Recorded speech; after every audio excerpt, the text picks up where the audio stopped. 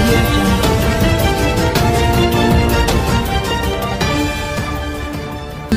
ఎంతో దూరం నుంచి ఇక్కడికి వచ్చిన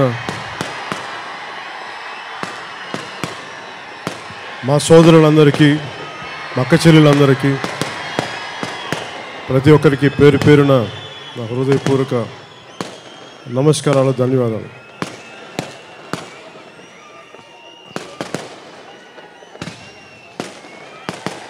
రంగస్థలంలో ఉన్న నటీనటులందరినీ, ఒక ఊరంతా నిండిపోయిన నటీనటులందరినీ ఒక చిన్న ఫ్రేమ్లో బంధించడం చాలా కష్టంగా. అందరం కూడా ఇంత పెద్ద స్టేజ్ చిన్నది అయిపోయింది. అంతమంది నటీనటుల సమూహం, అపారమైన అనుభవం ఉన్న నటీనటులు, వీరందరికీ రంగస్థలం తాలూకు విద్యోత్సపు ధ్వనులవి అవి ఆగకూడదనే మనస్ఫూర్తిగా కోరుకుంటున్నాం. మరిన్ని రికార్డులను బద్దలు కొట్టాలి, మరిన్ని విజయాలను సాధించాలి, ఉత్తేజం కలిగించే రికార్డులు ఉండాలి అని చెప్పి మనస్ఫూర్తిగా కోరుకున్నావి. ఇంకా మోగాలి మనస్ఫూర్తిగా కోరుకున్నవి. భారతీయ చిత్రసీమలోనే, భారతీయ చలనచిత్ర సీమలోనే ఒక గర్వించదగ్గ సినిమాని తీసిన సుకుమార్ గారికి మనస్ఫూర్తిగా నా అభినందనలు తెలియజేసుకున్నాను. అలాంటి సినిమాకి బలంగా అండదండలుగా నిలబడిన మైత్రి మూవీస్ వారికి, నవీన్ గారికి, వారి మిత్రులకి మనస్ఫూర్తిగా నా ధన్యవాదాలు తెలుపుకున్నాను. నేను చాలా సంవత్సరాల తర్వాత, నేను ఎప్పుడు నా సినిమాలు యాక్ట్ చేయటమే కానీ పూర్తి సినిమా చాలా తక్కువ సార్లు చూస్తుంటాను. ఇప్పుడు తొలి ప్రేమ సినిమాకి ఒకసారి సంజయ్ థియేటర్కి వెళ్ళాను అంతే. అది కూడా సగం ఇంటర్వెల్ తర్వాత వచ్చేసాను, నాకు కొంచెం ఇబ్బందిగా ఉండే. కానీ చాలా సంవత్సరాల తర్వాత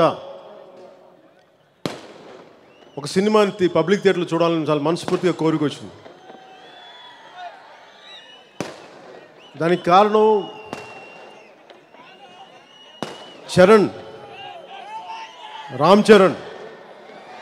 రామ్ చరణ్ తాలూకు పెర్ఫార్మెన్సు, ఇవన్నీ ప్రతి ఒక్కరు మాట్లాడుతుంటే, అలాగే దాని మీద రేటింగ్స్ కూడా వరల్డ్ వైడ్ ఒక హాలీవుడ్ బెస్ట్ ఫిల్మ్స్ కంటే దాటి కూడా దానికి రేటింగ్ రాగానే నాకు నిజంగా చాలా ఆనందం వేస్తుంది, గర్వం వేస్తుంది.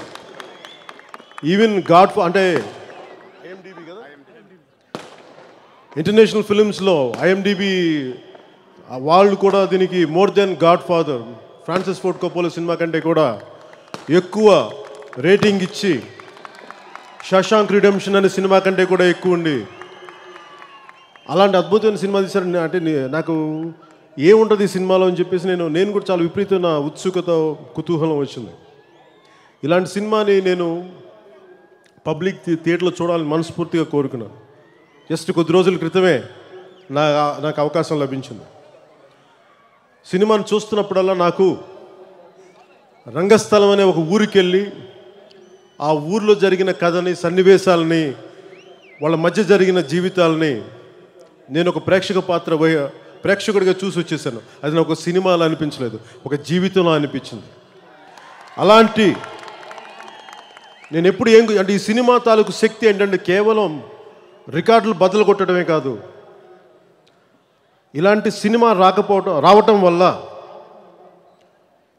భావితరాలకి ఒక విలువలతోటి, వాస్తవికతకి అత్యంత దగ్గరగా ఉన్న సినిమా తీయటం, అది కమర్షియల్గా ఇంత హిట్స్ కొట్టడం చాలామందికి మనస్ఫూర్తిగా చాలా బలం. ఇది చాలామందికి ఇన్స్పిరేషన్ కలిగజేస్తుంది రంగస్థలమైన సినిమా. ఏంటండి, వీడియో నచ్చిందా? అయితే ఓ లైక్ వేసుకోండి, లేదంటే ఓ కామెంట్ చేయండి. ఎప్పటికప్పుడు మా వీడియోస్ చూడాలంటే సబ్స్క్రైబ్ చేసుకోండి.